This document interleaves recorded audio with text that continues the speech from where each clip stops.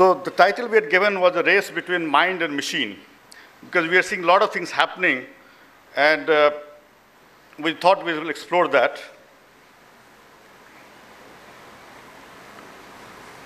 Oh, somebody's taken out the, okay.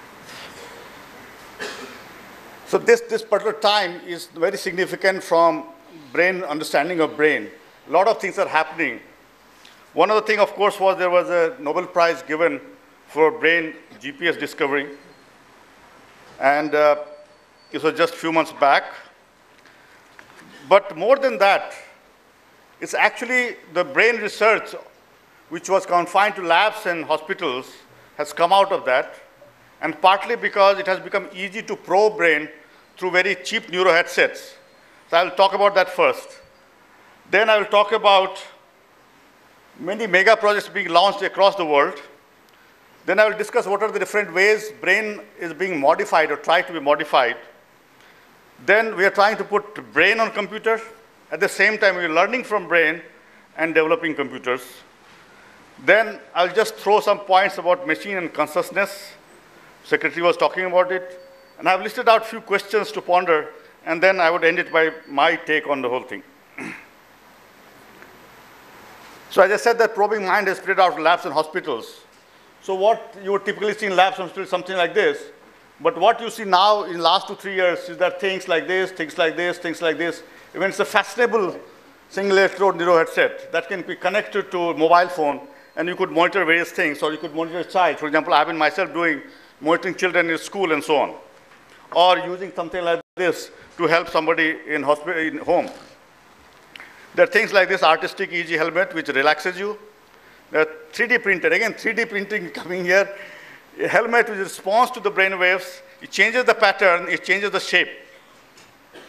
There are hackathons being held which discuss about how they actually allow participants to hack the brain. For example, one of the hackathons that was there, in this team, lucid dreaming won, which actually made people dream in the lucid phase. And so they did some technique they used in the REM phase, and they made sure that you go into that. That was the winning team. So what I'm trying to say here is that it is no longer experts who are doing this, but people outside that, large number of people are coming forward. Just like computer, when moved out from labs and so on, started to explode. Same kind of thing is happening here. I got involved in this area mainly to help persons with severe disability. So I'm non-expert by any classification. So I was only trying to help people. And in that process, I tried to learn a few things. One of the first things that I did was to use brain-computer interface to help this gentleman, Suresh, who was from Ahmedabad, and for 13 years, he had a brainstem stroke in 99. He was the age of 32. He lost his voice, he lost his head, hand movement, leg movement. Only way he could communicate a blink of his eyes. So in about 2012 March, I gave him this device, neuro headset, and wrote certain programs so that we could capture, you can see the video here. He was only able to, you can see this video where what we have done is we are capturing his head movement. We are mapping that to the mouse movement so that he's able to move the cursor, and we put an on-screen keyboard so he's able to focus on whichever character he wants to do that. And then when he blinks his eyes, you can see that he'll blink his eyes. You'll see when he blinks his eyes, that blink is monitored through the EEG waves, and that is mapped to the mouse click. So effectively, it's like using a mouse, using a head to move the mouse, blinks his eyes, he types that character. The first thing he tried to type was his wife's name, Jayashree, short from Jaya. You can see how they used to communicate. This is how they used to communicate before this. And he used to love to write blogs because he can hear and see, but he didn't have a way to do this. It was a very slow process. After 1 month, we improved the system. And then we also demonstrated how he could actually light a bulb, for example, or operate a TV, for example. So you'll see this video will come to that. So you can see that he's trying to light a bulb with eye blink. So there's a bulb here. He lights it up. And you will see the smile on his face. So that's the kind of change that you can bring into life of people. Then when I gave talk at Dr. Gauridevi's session, after that many doctors contacted me, and they requested me that can you make some of the people communicate in vegetative state. Okay. Again, I'm not going to go detail. Some of these are from Delhi only. What we've tried to do this is to see if we can capture certain brain patterns in response to certain question we are asking. And through using that, we can get them to say yes and no. Right now, we have not been successful in this, but then I have not put in too much effort also on this. About 3 people have tried. But I believe that should be possible to, if we put in more effort, it should be possible to get them to communicate yes and no. Basically, we look at 3-dimensional brain activity in real time, and we ask them to imagine certain activity and look at the response. Now, coming on to other things, there are things happening like neural bypass. We are bypassing the link between brain and the, in this case, arm. You're able to move arm by bypassing that link and doing this. Actually, I've seen the video here. He's able to move the fingers. The person with 2 mind-controlled prosthetic arms. There is spinal cord implants which is stretchable, so actually you can eventually be able to replace the spinal cord if it gets injured. And like in the paralyzed rats, they've been able to actually make them walk.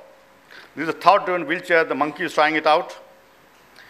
Then Samsung, for example, is trying to develop a system by which using brain waves, you can capture the chance of stroke, early warning for stroke, and then give the warning to the user. Then the wireless brain-computer interface, which is actually streaming your brain waves, and you can actually connect to anything else. As I mentioned, there are many nations are launching mega projects on brain. For example, there is the European Human Brain Project, the Oman Brain Initiative, Australia, China, Japan, and Israel. India has few activities, but we may need to probably go up on higher scale. Most of them are trying to unravel the mystery of brain. And human brain has about 80 to 100 billion neurons. And they're trying to go down to neuron level resolution. So European Human Brain Project is also trying to do that. They've come out with a kind of, just like your Google Earth, they've come out with a map of brain, 3-dimensional map of brain. Recently, we saw also news just a few days back that we are able to capture the moving animals' neural activity, not restrained. Let me come to the modifying mind part. One of the major acceptance by especially the modern science was neuroplasticity. So neuroplasticity allows us to, once you accept this, it tells you that it is possible to change the brain. In our Indian philosophy, Eastern philosophy, we have always held this. But earlier, in the modern science, it was felt that brain is a physiologically static organ. Although we have always practiced meditation and so on, and it has been felt that this changes your mind to some extent. So this acceptance of neuroplasticity has changed a lot of things. I, again, was helping children with learning disability. And one of the things that I tried to learn through a scientific work was that if I can measure beta 1 to theta ratio, then, and if it is lower, then the child may have learning disability. So to improve this, I learned the technique of brain wave entrainment or neurofeedback. In addition, when I did this, I found that I can also help adults with various issues like insomnia, depression, and so on. In this particular cases, I have used audio stimulus or binaural beats. But a very interesting discovery recently I saw. Some of you might remember your school days when you were punished for doing something, either performing poorly or something like this. You were asked to do sit-ups by holding your ears. I was surprised. Now it is being called super brain yoga. Super brain yoga. Okay. And people are paying money to attend the session on this. and then I understood that what we thought was punishment was not really punishment. It was a way to improve your brain. So the weaker students were asked to improve their brain by doing this exercise. So now you see that you go to the US and you will see that a lot of people doing this, holding their ear, doing sit-ups. Okay? And so in some sense we had this traditional knowledge, and somewhere we forgot that why we were doing it, and we thought it was an insult. So today if you hold somebody's ear, it becomes a big issue. But actually it was a way to improve your brain. It's a very interesting thing. And actually a lot of people who want to increase their memory intelligence, and in fact it's claimed that it can make you a better thinker. The children with autism, learning disability, Down syndrome, and so on, they are experimenting with this. Alzheimer's patients, senior citizens, they're trying to hold on to their memory, they're also trying this. So look at this simple exercise. You are asked to now do 3 to 5 minutes of that sit-up, holding your ears like this in the opposite side, and at a particular lobe you do this. And of course, this has been further developed and experimented, and So I just wanted to show that a lot of traditional knowledge, what we thought was bullshit, was actually had something. Other thing that is I wanted to mention was that monitoring of mind has become easy now. And there's a lot of traditional knowledge that we have. If we can monitor those and actually use modern scientific tools to understand the traditional knowledge, it can become much more acceptable, larger thing. And many of these relate to improvement of mind. So today, with the kind of tools that we have, it is very easy to do that. And if we can actually monitor the brain as activity is being done live, then you can get very authentic information. So normally, you do it before and after, but actually now we can do it as we are doing the activity. And Buddhist tradition is very strong in some of this. And as I was talking to Geshe Lao, actually what he told me that many studies are going on, but it's very important to actually carry out on large scale such exercise so that it can serve humanity in a much larger way. In fact, one thing that I've been trying to do is that you might be familiar with Sirodhara, the Panchakram that is done in Ayurveda. I'm trying to see that the claim is that it improves the pineal gland, activates the pineal gland. I'm trying to see that while this is being done, can I monitor the mind and see whether there are changes taking place? So I could do it before and after, but that's not as conclusive as doing it live as going on, and then we can see the changes happening. Then it's actually perfect. So we're trying to do this to make sure that the process remains authentic and the instrument keeps functioning as well. Another study I saw which said that wandering mind is not a happy mind. This is something that has been taught for a long time. I came across a book which says the Be Here Now, and they actually all talk about this and a lot of practice that we have done. Now it's being realized that this is what Harvard research has shown this. The other way that modifying brain is being, or mind is being tried, I should say brain in this case, supplements. For example, we have used Brahmi for a long time. Nobody objects to this. But now you have cognition enhancing drugs. These drugs kind of improve your alertness, your focus concentration for a short time. And some of the universities, I've seen a UK university survey, 25% of students using it. And slowly, just like a sports, a lot of people started drug. Now this is happening in this case. Now what should we do? Is it okay to accept it, or do we need to do something more on it? And the costs are not very high, so actually it's available to anybody who wants it. You can buy it online. Other interesting news that I came across, the scientist from MIT said that if the way things continue, by 2025, half the US children will be autistic. And she claims that it's linked to a particular weed killer. And the reason she says that it is considered, according to the company, I'll not take the company name, but it's considered by a company that's safe for human beings. But actually, the research shows that it's not safe for the gut bacteria. It actually kills the gut bacteria, the beneficial bacteria. So while it's supposed to be beneficial to human being, it kills gut bacteria, and that's leading to a rise in autism. And actually, you can see the graph that she shows. The graph shows that the way that use of that particular chemical has grown up, autism has gone up very significantly. I think it was 1 in 5,000 to 1 in 68 or something like that she's claiming now. So it's a huge, huge growth. So we need to completely, in light of such things, we need to look at our food safety in a very different way. India still has time, but if we don't do it, we'll be following US. Other technique that I wanted to mention was that I learned a naturopathic technique to remove gallbladder stone without surgery. Dr. Prabhat Ranjit, somebody wants. Sorry?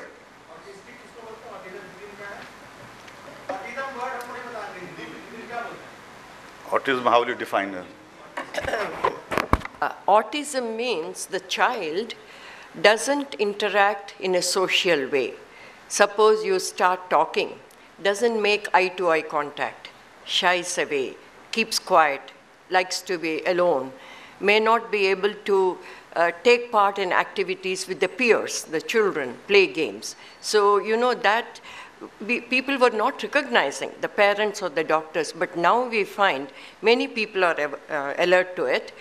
And in some of the children, there are genetic abnormalities. Others may be due to toxins, etc. Autism is little isolation, learning disability. Social interaction is very less in them. And they're very shy, actually. They withdraw. Sorry? In your opinion, The parents have to recognize this very early, which is not easy. Then there are child psychologists, child psychiatrists, who tell them how to take care and give attention to such children. It's a big program by itself. And some medication also can be tried, but generally counseling and how the parents handle the child, that's important. Well, I was sharing an experience. So I learned a naturopathy technique to remove gallbladder stone.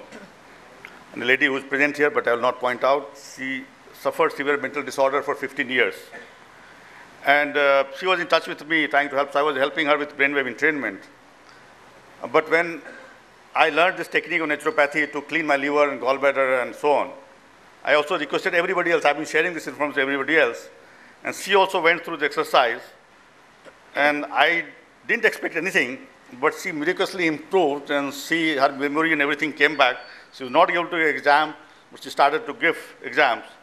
So in addition to my happiness that she improved, where I had personally really no hope, but I realized that the inner hygiene that we are calling of cleaning of gallbladder, liver, kidney, colon, that is linked to brain, and we need to worry about what I'm calling inner hygiene now as part of our education system. So the food habits, the lifestyle, all of these are very important part of this, so I've been trying to work on this. Another way that brain is being modified is through optogenetics. But actually, through genetic modification, we make the cells in the brain to be receptive to light. And then by putting on and off light, you can actually control the parts of the brain. You can actually implant experiences in the brain and so on. So this is a way actually one is able to modify brain in the rat which is already being tried out. Some of you might recognize this picture, which came PK, the movie, where Amir Khan actually transfers in 6 hours, holding hand, whole language. He learned Bhojpuri. He comes from a planet where there is no speech communication, it's all brain-to-brain communication. And he's able to hold the hand for 6 hours, and the whole Bhojpuri knowledge is transferred to his thing. So Bollywood is not behind. They're also doing foresight. But the other ways that people are thinking, for example, Dr. Nicholas Negroponte, MIT Media Lab, his director, one of the futurists, he said that one day we could learn the language popping a pill. So it's basically an information pill where so all the pills that we talked about, they're to enhance general capability. Here we are putting information in the brain. Okay. And actually, there are also significant work being done of downloading lessons into brain. So maybe 20, 30 years down the line, we don't have to lecture, we just correct something to brain and the knowledge is transferred. So there are scientific work being done along that line as well. Then other work that is being done is trying to bring brain to computer. So Ray Kurzweil, one of the futurists, well-known futurists, he said that in $1,000, we can get computing power equivalent to mass which is already happened. Human, it will be in about another 10 years, we'll be able to achieve that. That means in $1,000, you get brain power equivalent to human being. And by 2050, he's saying that it will be so much power, it will combine all the human beings on the earth, and it will be equal to your $1,000 computer. You look at the brain of various species, starting with roundworm, which seems to have minimum 302 neurons and 7,500 synapses, and go to human being, roughly 100 billion, and synapses 100 trillion. This is the kind of range. One experiment, and they've actually put that mind of that worm, roundworm, into a Lego robot of only about 300 neurons. It starts to behave like that roundworm. Okay. And you can see the video actually. So the worm has about 300 neurons and 1,000 cells. Human brain, of course, is very far off. Okay. But one may think that, oh, what do we have in common with worm? Actually, 80% of the genes are same as human beings. Okay. So it's not that we are completely different. So it's only a game. So it's a most basic version of a complex life. So the machine sensors, without any prior programming, made the robot behave in a similar fashion to the worm, approaching and backing up from obstacles or stimulated by food.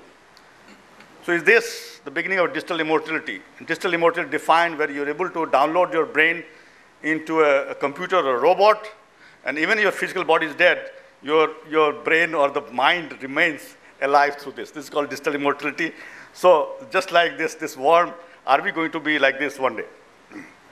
Other thing that through the traditional computing, using supercomputers, human brain is being simulated. For example, one of the experiments that was done 1.5 years back, 1 second of brain. This was, of course, not full brain. It was roughly 1 to 2% of neurons.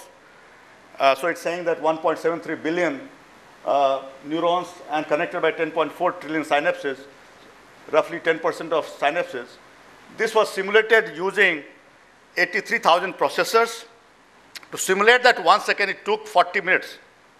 It used 1 petabyte of memory equivalent to about 250,000 PCs. But the power it used was humongous, 9 megawatt power. Our brain, which is more powerful than this, uses only 20 watt of power. So it looks like that if we continue doing this, less will not be possible. But then look at the next news. Brain-inspired computer.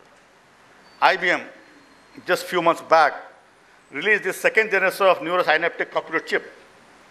It has 1 million programmable neurons, one chip, 256 million programmable synapses. It can do 46 billion synaptic operations per second per watt. And running at 5.4 billion transistors, at biological real time, it is only consuming 70 milliwatt. So it's compared to that humongous supercomputer taking 9 megawatt, this taking only 70 milliwatt. So at the size of postage stamp, it is expected that it could transform science and technology because, for example, one of the things that we are very good is our vision. We're able to recognize people, images, and so on from various angles, various places. That is not possible right now with computers. It is likely that this kind of technology can make changes. In fact, the gentleman, Dr. Dharman Moda, who is heading this, is from India, and probably one of the IITs, I forget which one. So you can see that the progress for the first generation to second generation in 3 years only, 2011 to 2014, you can see the kind of jump we have. In 3 years, it's 10 to the power 3 orders of magnitude improvement. So if one cannot extrapolate in this, but suppose you're jumping every year 10 times, human brain is not very far off. So IBM targets that they want to go to 10 billion neurons and 100 trillion. So roughly 10% of human brains, they're targeting this. So the issue now is that if we are able to put all the hardware together for machines, can machine become conscious? I have come across 2 sets of believers. One believes that, yes, it is possible. We should be able to upload our mind, our thoughts, memories, our personality to a computer. Okay. And once we have done that, of course, you can copy it, edit it, modify it, sell it, whatever. Okay. Of course, somebody can delete it also. Or something can go wrong with it. So some believe that consciousness is part of the natural world. It depends only on mathematics and logic and what is saying imperfectly known laws of physics, chemistry. But we don't know all the laws, but it follows the natural laws. But the others who believe that it arises from some magical or otherworldly quality, which is not possible, human beings do not have the capability to bring consciousness into machines. So these are the 2 sets of believers, and one may want to discuss a very important discussion that one can have on this. In addition, DARPA has projects where the memory, additional memory, just like our pen drive, or that's being already developed. So you can actually, if you have less memory, like I have less memory, I can add a little more to mine, and I have additional expanded memory. Okay. So right now, for example, our mobile phones have become our extended body part. Similarly, we might have additional memory that we can buy from market. But very important for scientists like us, the robot scientist who is doing drug discovery better than human scientist. It discovered a malaria drug. And so are we going to be replaced as well? So this is already happening. This robot scientist is doing this. So this leads us to the question that would artificial intelligence end human race? For example, this was a robot Titan. You can see it's walking in a supermarket and all the people are taking pictures here. In fact, Elon Musk, a very famous entrepreneur, I don't want to describe him because he does so many wonderful things. He said that I'll give $10 million to look at this, that can evil robots take over? Let's do research to make sure that it doesn't happen. But Professor Stephen Hawking himself is saying that there is a danger. So it can bring in to human race. Of course, Stephen Hawking is one of the very well-known thought leaders. So some of the questions that I would like to pose to the panelists and to the audience that can computer overtake us? Can we become digitally immortal?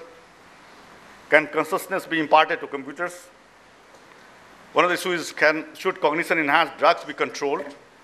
I mentioned about safety norms for food, autism increasing leaps and bounds in the US because probably our food safety norms are not proper. Do we need to start discussing that in India? Of course. Would modifying brain with technology lead to large-scale misuse? Because we are being brainwashed in various ways. If that brain